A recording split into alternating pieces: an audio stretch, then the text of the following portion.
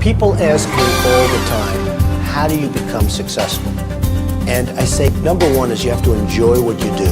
Donald's a promoter. He's a carnival barker. He's a P.T. Barnum. He's a larger-than-life figure. I've never met anyone quite as addicted to publicity as Donald Trump. He has all the money in the world that needs. He's in this because he loves the thrill of the victory and the chase. If you set Donald Trump down in the middle of the Mojave Desert, he would open a soft drink stand. He will never go down.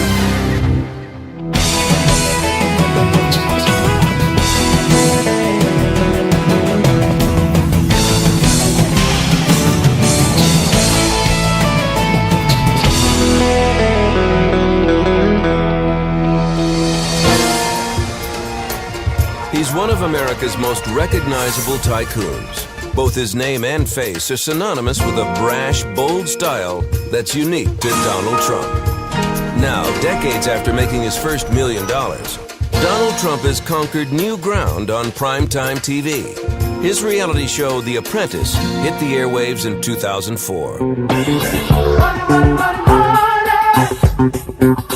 And brought Donald Trump's gutsy business style into living rooms across the country. I think The Apprentice just hit a chord. It was a tremendous success in every respect. And now that's all anybody wants to talk about is The Apprentice. The Apprentice is a grueling competition for one of the most sought-after opportunities in America, the chance to work for Donald Trump. The winner also gets a six-figure salary and a first-hand look at the life of a legend. It was probably a week after I won The Apprentice, I got a phone call from Donald Trump. And he said, Bill, I need you to do me a favor. And I said, of course, whatever you need. He said, I need you to become a judge at my Miss Universe contest in Quito, Ecuador. I was like, oh, twist my arm, Donald. And I'm a company man. I'll do whatever I can do to help the company. But in all seriousness, it really opened up his world to me and shown me what business is like at that level. And it's pretty fascinating to see. It's that combination of glitz paired with shrewd business sense that has made Donald Trump an American icon. Donald Trump is a natural television personality. He knows how to play to the cameras. He likes the camera, and the camera likes him. And I think Mr. Trump has a bit of ham in him, and he plays to that side of himself and enjoys it thoroughly. He loves life. That life began in 1946 in Queens, New York. He was born into a family that had profited from the American dream for 2 generations. His grandfather, Frederick Trump, came to the U.S. from Germany in 1885. He worked as a barber in New York City until he was struck by gold rush fever. The ambitious young man packed his bags and headed west. He opened several restaurants and hotels in the Pacific Northwest and the Yukon, and made a small fortune catering to the miners and prostitutes who lived in the region. He later returned to New York, began a family, and established real estate holdings in the borough of Queens. Donald's father, Fred, was a hard-working builder. He was 30 years old when he met Mary McLeod, a young girl visiting from Scotland.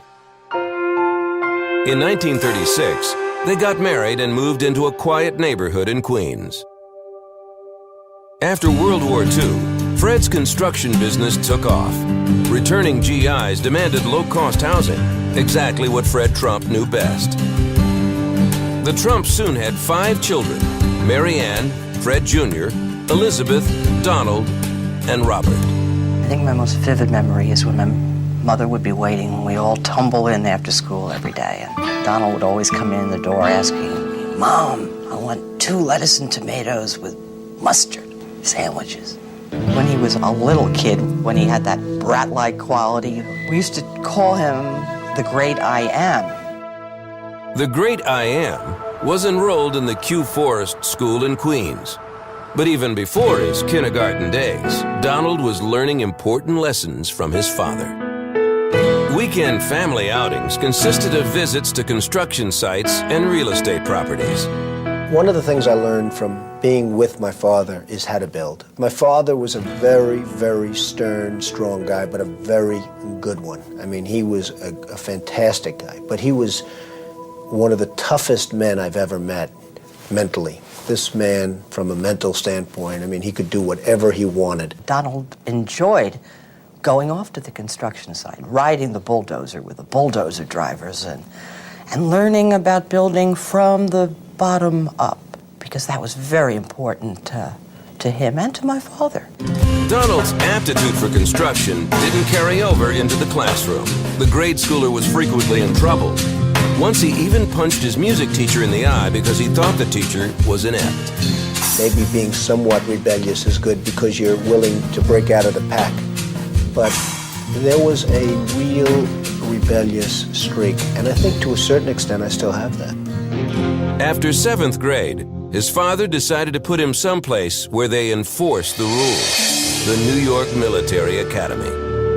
There, he ran into Major Ted Tobias, who during the next 5 years would redirect Trump's rebellious energy. Major Tobias was a rough, tough cookie. Rough as you get. And I mean physically rough. I mean, he would come at you like you'd never seen before. He straightened me out. I was a little wise guy, a little brat, and you just couldn't mess around with this guy. I was a tough cookie, yes, I was, to all the cadets. He was not my project. He was just another cadet that needed a little more attention than some of the others. In 5 years, Donald changed. He became a star athlete and an honor student. He was promoted to cadet captain and put in charge of the honor guard. In the 1963 Columbus Day Parade, Cadet Trump marched down the street he would one day claim as his own. Who would have known that right at the major corner of 5th Avenue someday I'd have buildings going? There are a few people who have that electric quality when they walk into a room. Donald Trump has it. It was a gift. It's not something you develop. It was there. It was there when he was 13 years old. He was the kind of guy who people tended to follow from a very early age. When he graduated from the New York Military Academy in 1964, there were a lot of opportunities opening up for Donald Trump, even one in professional baseball. Art Didmar came down from the Philadelphia Phillies to talk to him about going into the minor leagues, and he said to him, "No, thank you, I'm going to go to college." Trump studied at Fordham University in New York and then attended the prestigious Wharton Business School at the University of Pennsylvania. From there, he could have gone into any business he wanted, but he decided to follow in his father's footsteps. Unlike his father, however, Trump wanted to break ground in some of the most expensive real estate in the world.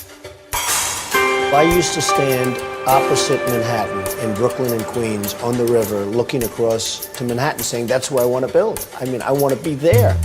Anyone who's tried to take on Manhattan knows that the Big Apple can be a mighty adversary. Before you make a move, you need a plan. And Donald Trump was getting ready to attack. In 1974, 28-year-old Donald Trump was positioning himself to become a real estate mogul. He had no doubt that he'd achieve his goal. He just needed a little more time and a little help. So he went where the influential people went, places like the exclusive Le Cirque and Studio 54. Eventually, he made friends with a powerful celebrity lawyer, Roy Cohn, who introduced Trump to New York's elite. I met Donald back in the Stone Age. He was just fresh out of Wharton. It was a dinner party in New York where all the top movers and shakers were. And being piloted around was this young, tall drink of water with blonde hair named Donnie Trump. Nobody knew who he was. Nobody cared. But his pilot was Roy Cohn, whom everybody knew. Roy introduced me to him, and he said, see this kid? This kid is going to own New York one day. I said, yeah, lots of luck. Pass the grade. Donald Trump was brimming with big ideas, but didn't have the experience or the cash to turn them into reality.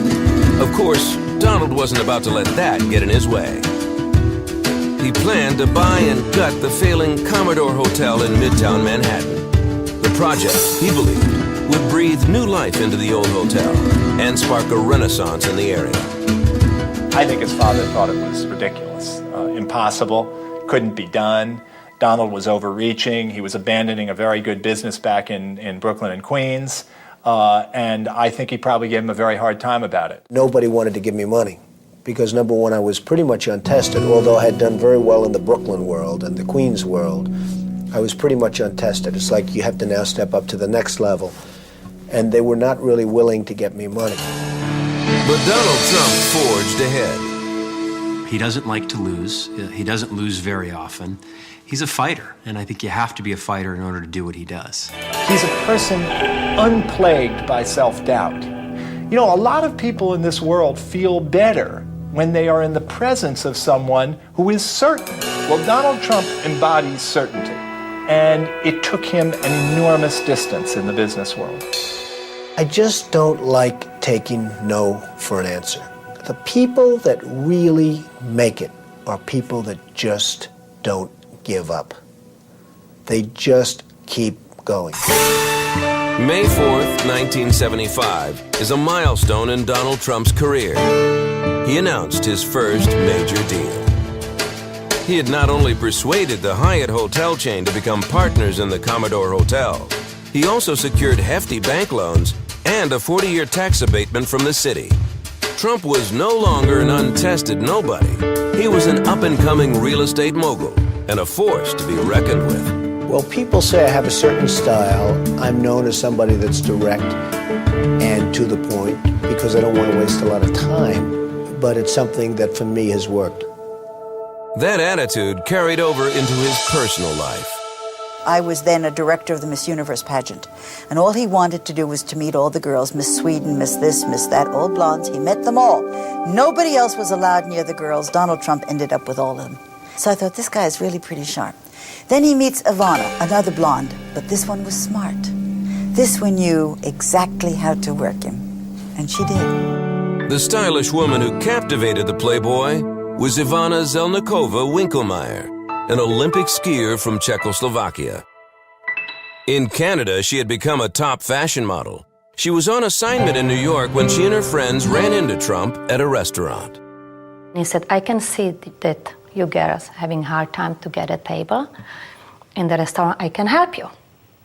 So I look back at the girls, my friends, and I said, I have a good news and I have a bad news. Now, good news that we're going to get a table real fast. The bad news, this gentleman is definitely going to go and want to sit with us. They say, Ivana, take the table. Trump quickly followed her to a fashion show in Montreal.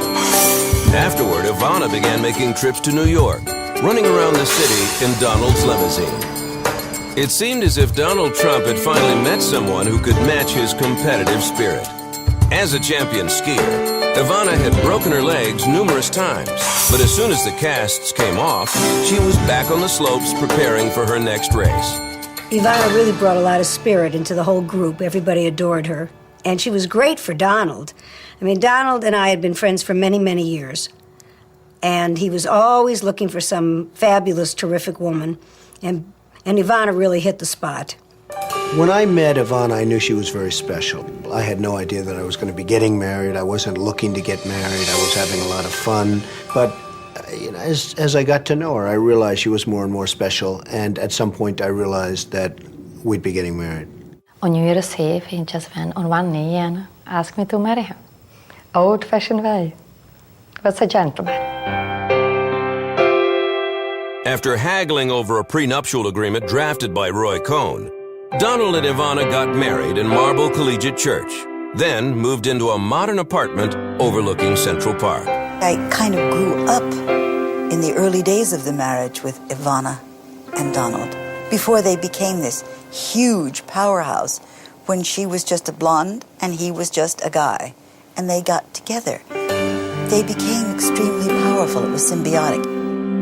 Soon Donald put Ivana in charge of the interior design of the Hyatt Hotel. At some point, I realized that Ivana's energy was going to overtake her homemaking. She had a lot of energy. And I thought that maybe what I do is get her involved a little bit with the business. And by that time, my business was becoming very big. My duty was more interior designs and managing the properties and cleaning up after him, because he already was on another deal. So this is how it worked. According to Trump, Ivana's salary was $1 a year, plus all the dresses she could buy. In September of 1980, the first major deal of his life finally opened its doors for business. The Grand Hyatt was just the beginning. Donald Trump was already involved in his next even bigger deal. He bought the property next to Tiffany's on New York's Fifth Avenue.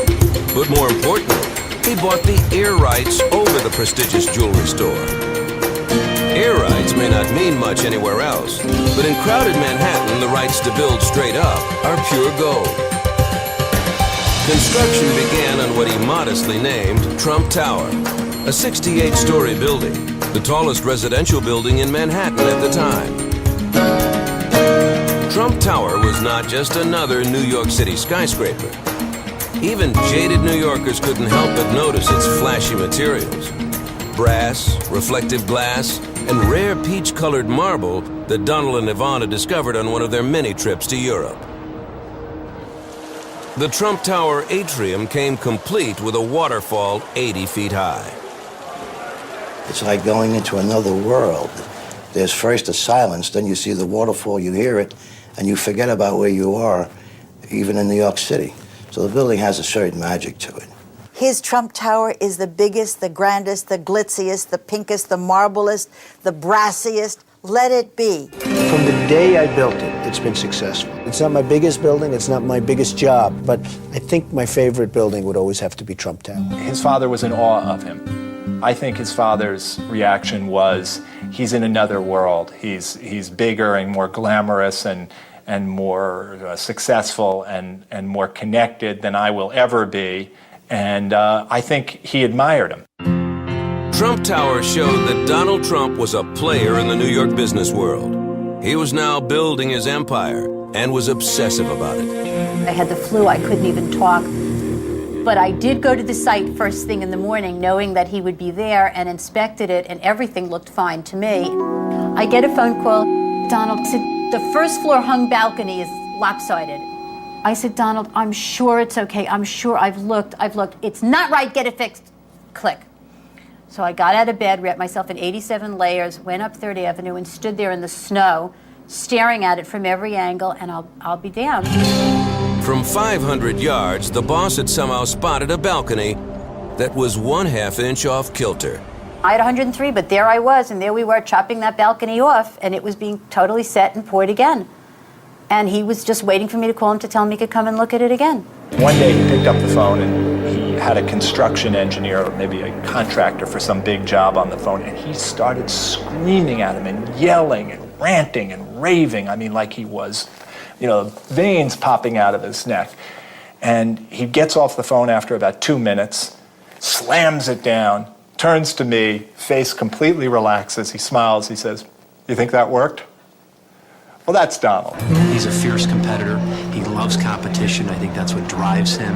He's certainly, not necessarily in this just for the money, because he has all the money in the world that he needs. He's in this because he loves the thrill of the victory and the chase. Trump's quest for his next big deal led him to Atlantic City, where there's plenty of cash on hand. Soon, he added 2 gaudy jewels to his crown: Harrah's Trump Plaza and Trump Castle.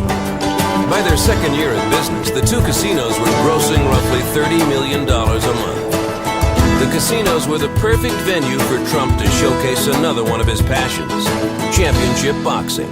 Michael Tyson, 218 pounds and 1/4. Trump's casinos not only pulled in the big fights, they also enticed big-name celebrities to watch them, and Trump was exactly where he wanted to be, right in the middle of it all. Something I love about the basics of boxing. It's 2 men in a ring, slugging it out. There's no con. You just have to rely on yourself, both your mental and your physical ability. And there's something very beautiful about those basics that I've always admired in the boxers. Trump's own fighting spirit had made him millions, but the 39-year-old developer hadn't even hit his stride. You don't like this one, I think. It's a little bit different. It's different than a building. We're getting tired of the building. Donald Trump and his fashion model turned businesswoman wife, Ivana, had quickly become one of New York's richest and most recognizable couples. Their children, Donald Jr., Ivanka, and Eric, lived in the lap of luxury. During the week, the family made their home in a 3-story penthouse in Trump Tower. On weekends, they escaped to a sprawling Connecticut estate. Donald and Ivana shielded their children from publicity, But the famous couple enjoyed the spotlight for themselves and didn't hide their expensive lifestyle. Some criticized them for gaudy excess, an impression that may have come from some of their more conspicuous possessions, including their home at the top of Trump Tower. They began to make real waves by, they bought or built or redid the Trump Tower, and they had this gilded apartment there that was so rococo and so full of ormolu or fake ormolu or something that you couldn't believe it. It was sort of like a Marie Antoinette fantasy. The millionaire tycoon just loved living large. He could buy almost anything now, and like a lot of the super rich, started collecting a lavish assortment of big-ticket toys. He called them his trophies. You're going to like this one, I think. It's a little bit different. This is different than a building. We're getting tired of the building. First, there was the yacht. Not just any yacht, but one of the biggest yachts in the world. Formerly owned by the richest man in the world, the Sultan of Brunei. Donald renamed it the Trump Princess. Then there was the house, one of the grandest homes in America. The 118-room estate called Mar-a-Lago, built in Palm Beach, Florida in the 1920s. And then there was the airline. New Yorkers woke up one day and found that the Eastern Shuttle was now the Trump Shuttle. And just when everyone thought there was no way Trump could Trump himself, he did. The historic, elegant Plaza Hotel had sat on Grand Army Plaza on Manhattan's Fifth Avenue for more than 80 years. No hotel in America could match it in prestige. So Donald went out and bought it. He put Ivana in charge of the hotel. His wife's glamorous reputation and business acumen made the plaza the place to see and be seen. Donald Trump wrote all about his aggressive business style in Trump, The Art of the Deal, which hit the bestseller list in 1988. Suddenly, Donald Trump was a celebrity. He made up his mind that he was going to sell more books than Lee Iacocca had sold, and he got on the press bandwagon. When that press started to hit, he loved it. All of a sudden, it was like walking down the street with Cary Grant or something. People would come up, "You're Donald Trump, you're Donald. Would you sign my handbag, sign my shirt, sign my sweater?" I've never met anyone quite as addicted to publicity as Ivana and Donald Trump. I think one of the things they had in common was they both loved publicity. They both loved the limelight. But Donald and Ivana also got on a lot of people's nerves. They had a lot of money, and they made everybody know they had a lot of money, and Donald had this enormous ego. And Ivana gave Donald something to match that ego. His nickname, the Donald. My English at the time was not great, so I put the in front of everything. The fish, the flower, the house, and the Donald. So this is how it started. He didn't just have a first name, he had the Donald. It was like a title almost, the Marquis or the Count. Donald and Ivana weren't just taking on New York society. They were also becoming a powerful business team. Donald had made Ivana Trump president of Trump Castle in Atlantic City, as well as the Plaza Hotel.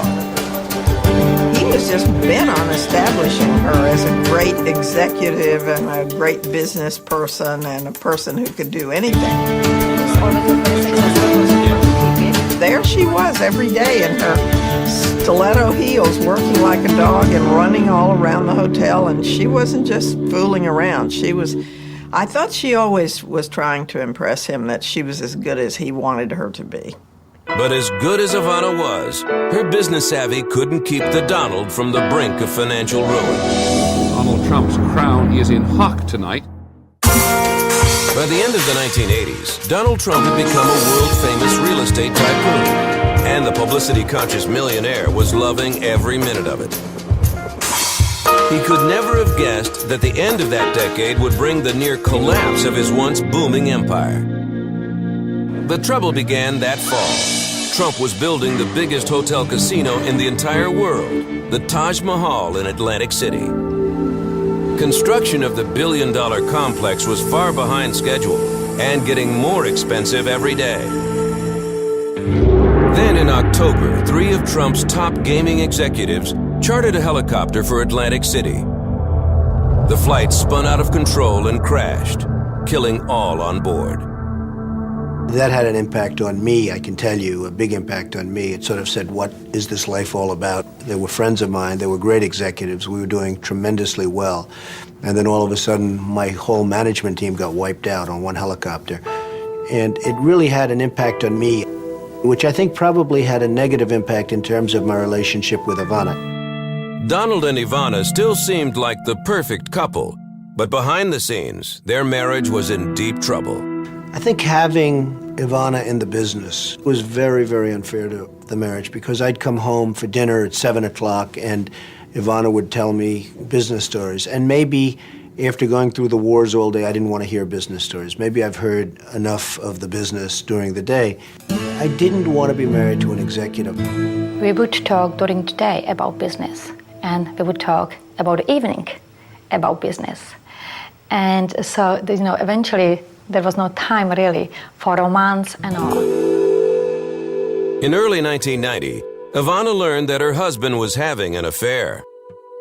I remember speaking to her one day at the Waldorf, and I said, "Is it true that he's having an affair?" And she says, "What are you talking about?"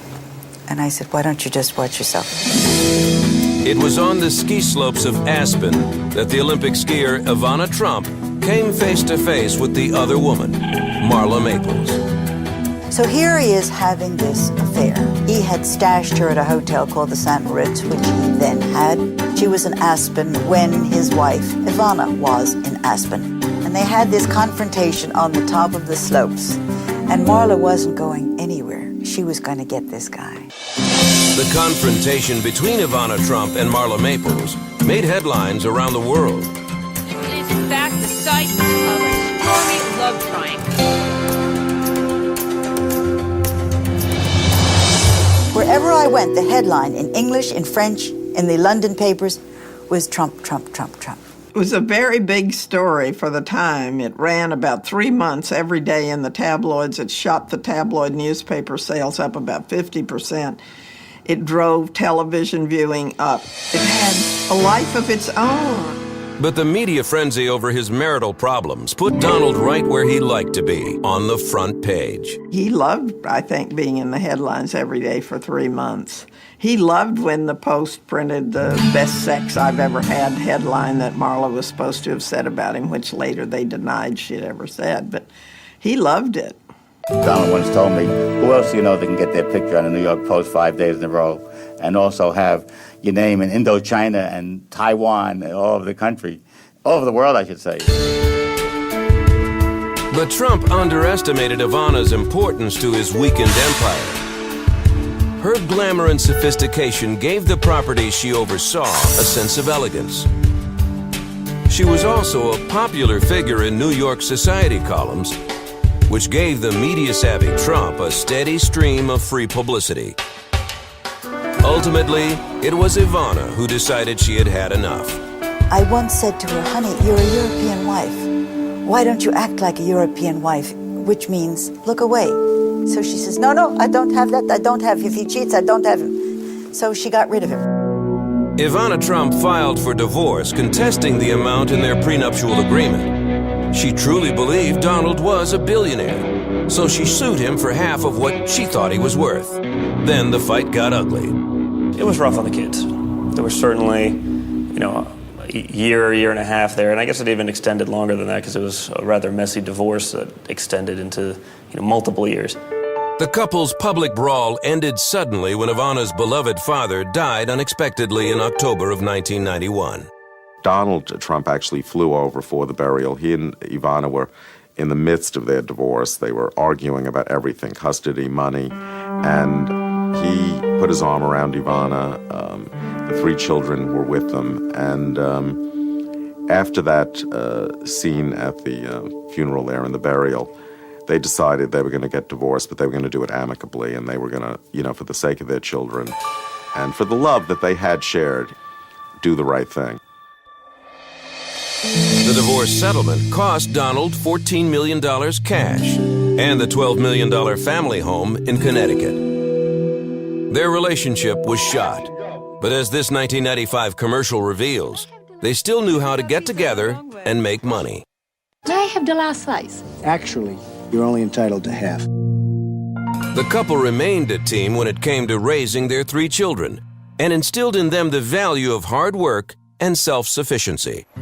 While their daughter Ivanka was attending the prestigious prep school Choate Rosemary Hall, the Trumps gladly paid her tuition, but they insisted she earn her own spending money. So Ivanka took the beauty and brains she inherited from her mother and father and went on to become a successful model. When she graduated, she headed off to college hoping to follow her father into the business world. Meanwhile, Trump had other worries.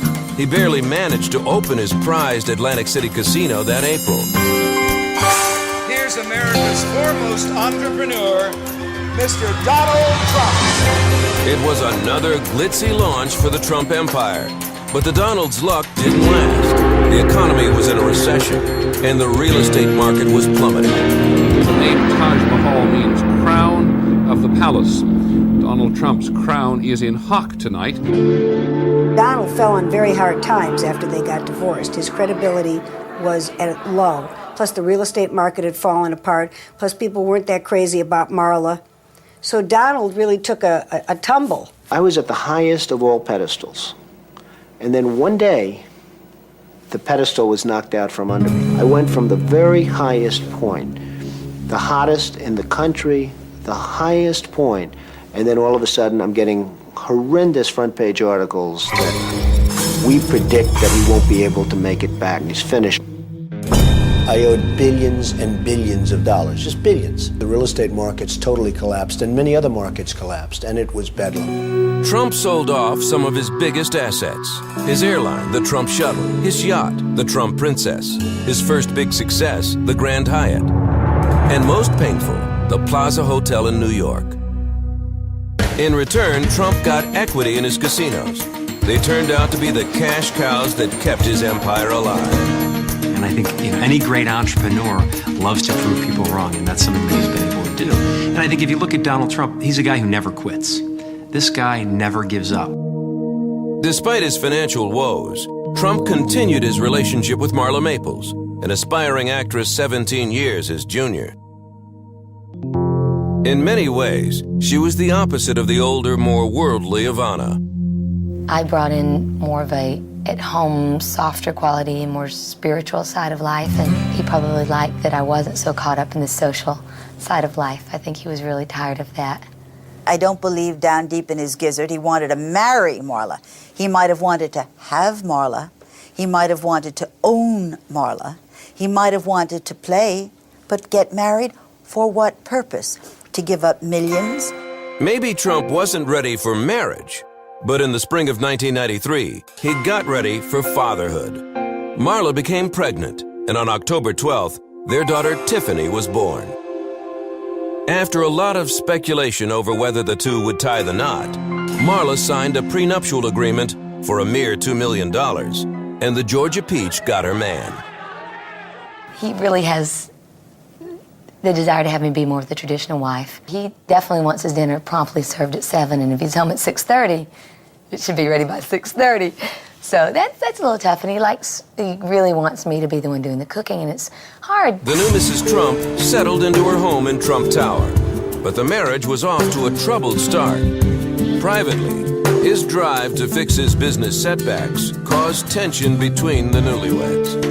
In public, Marla had difficulty shaking the stigma of being the other woman, and rumors about Donald's womanizing plagued the couple. The stress on the marriage was too much. The couple parted ways in 1997. The split came just 1 month before their prenup expired. Luckily for Donald, his second divorce would cost a fraction of his first. A bachelor once again, Trump focused his energy on work. The 51-year-old real estate tycoon was preparing a comeback and was slowly pulling his company out of debt. I was able to fight it through. I never had to go bankrupt. I never had to do things that, unfortunately, friends of mine who were really talented people had to do. The banks were terrific as far as I was concerned. And they realized the importance of my talent and the importance of my name. If you set Donald Trump down in the middle of the Mojave Desert, he would open a soft drink stand. He will never go down. That year, Forbes magazine estimated his net worth at $450 million. But Trump balked at that number. Malcolm Forbes once told me that Donald Trump was the only one who would call up and say, Malcolm, you've got it wrong. I'm not worth $1 billion, I'm worth $3 billion. And Malcolm would say, but Donald, we've got to subtract the debt from the net worth. Donald didn't see it that way. Donald's a promoter. I think he even said in the book we wrote together that, a little exaggeration isn't a bad thing. He's a carnival barker. He's a P.T. Barnum. He's a larger-than-life figure. The truth is for university ethics professors. That's not Donald. Of course, Trump made the best of his bad fortune.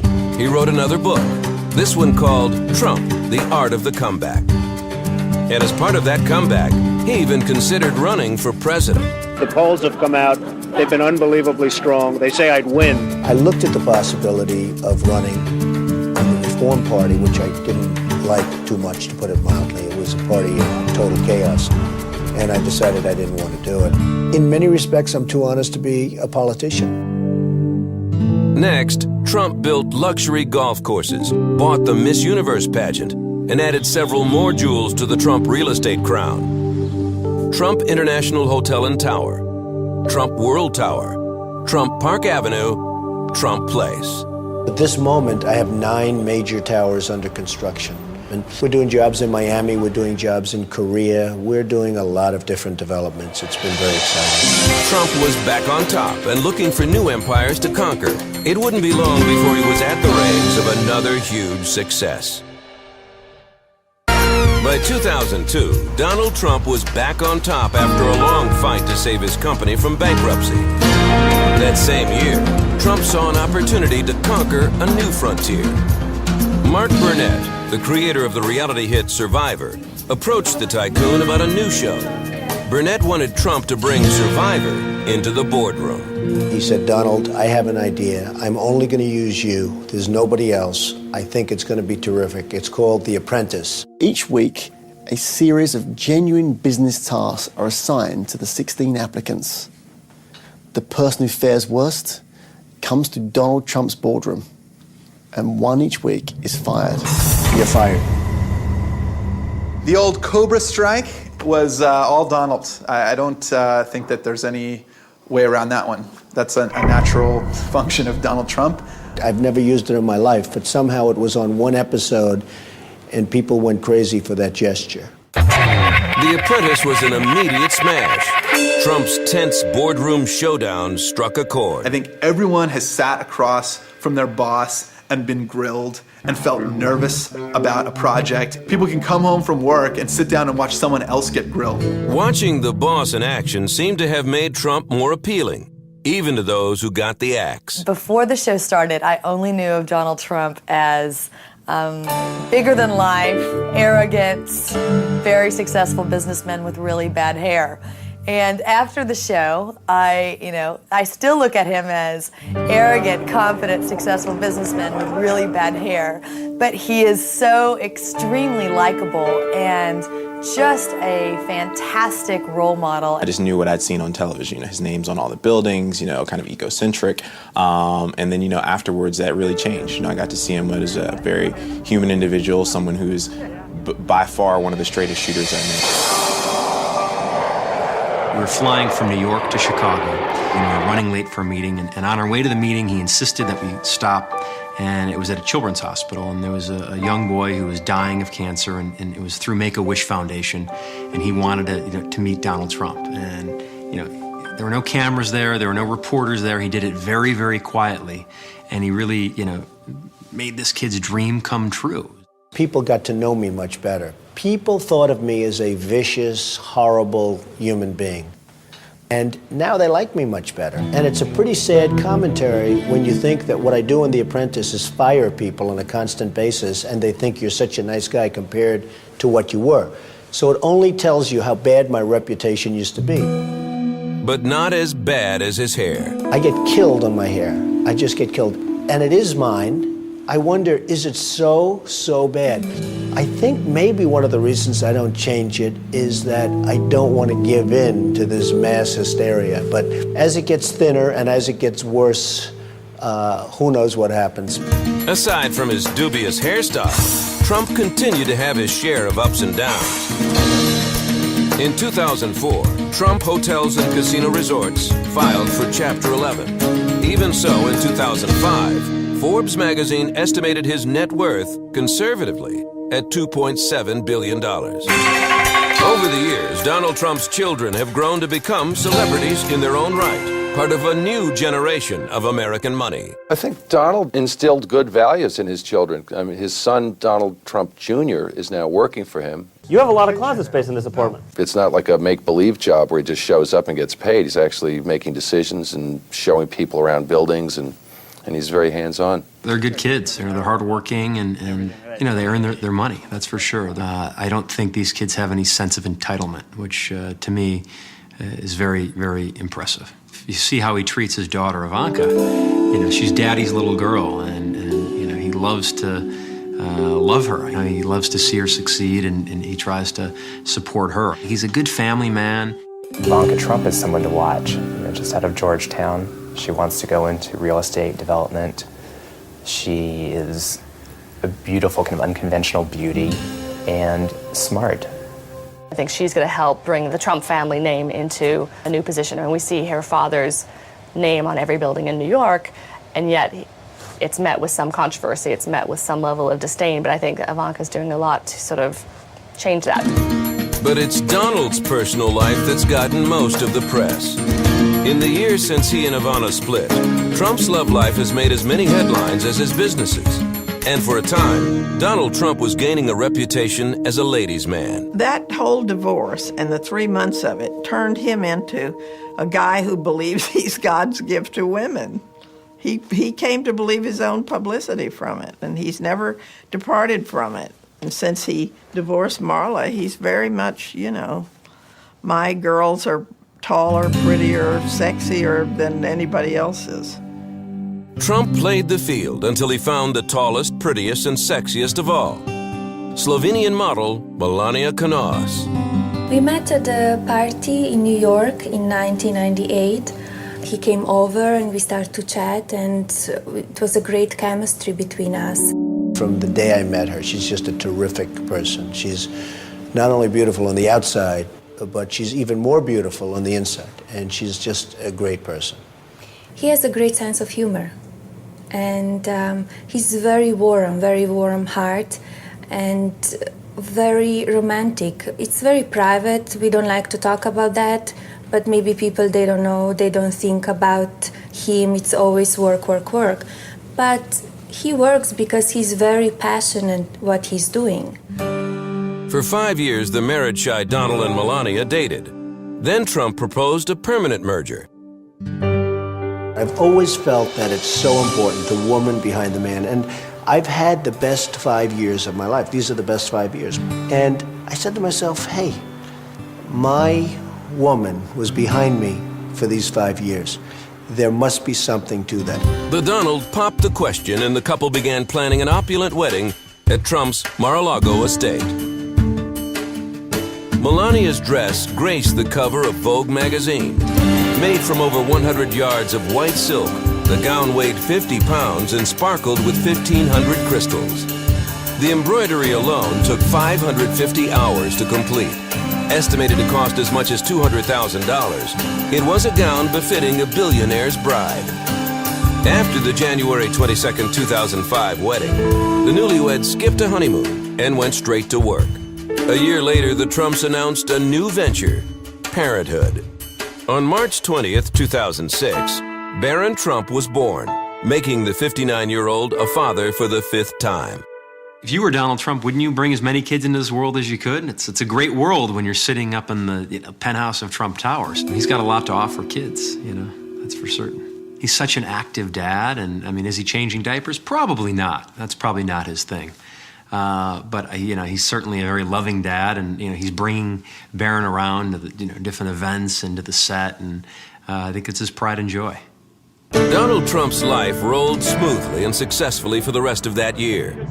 The Apprentice was coming back for season number 6, and his business was thriving. But the fighter in Donald Trump was soon reawakened. In December, Trump's Miss USA pageant was embroiled in scandal when reigning Queen Tara Conner was accused of underage drinking. Trump stood by Conner. He announced that she would check into rehab and keep her crown. Rosie O'Donnell on the television show The View lashed out at Trump, calling him a snake oil salesman and questioning his morality. She knows Donald Trump, and for her not to expect Donald Trump to fight back is ridiculous. He hasn't gotten where he's at by letting people push him around. She should have known what she was getting herself into. Donald fired insults back at Rosie, calling her disgusting and a slob. He also threatened to sue her for making false statements about his finances. After several weeks, the feud quieted down to an angry silence, neither side admitting defeat. But skirmishes like these barely ruffle a hair on the billionaire's head. Donald Trump has survived 2 failed marriages and narrowly escaped financial ruin. Today, he is just as brash and brilliant as he was when he first dreamed of taking Manhattan by storm. People ask me all the time, how do you become successful? And I say, number one is you have to enjoy what you do. And if you don't enjoy it, you're never going to be successful unless you get really lucky. You have to enjoy what you do. Number 2 is you can't stop. You have to go through a wall. If there's a concrete wall ahead of you, you have to go through it, around it, over it, any way to get past that wall. You can't stop. One thing about Donald Trump is he thinks big, and he's able to do large things. And I think, a lot of people in life, they set their goals far too low. I think you have to be exposed to it and see that, hey, I could do that. Mr. Trump is the ultimate survivor. He's had his ups, he's had his downs, but he keeps climbing up to be on the top. And I don't think there's anybody else I can think of that epitomizes survivor more than him. He's not purporting to be Mother Teresa. He is not purporting to be anything beyond what he is. He is what he is. He's a high-class, Wharton-educated, brilliant con man. And I think he's the best at it. At least you know where he's coming from. I'd go into battle with Trump anytime. In some sense, underneath all that swagger, he's a kid in a candy store. And the candy store seems to have candy even after 40 years available to him. I think Donald Trump has a balanced life. He's a good father. He certainly has fun, and he's at the top of his game. I think overall, that's success.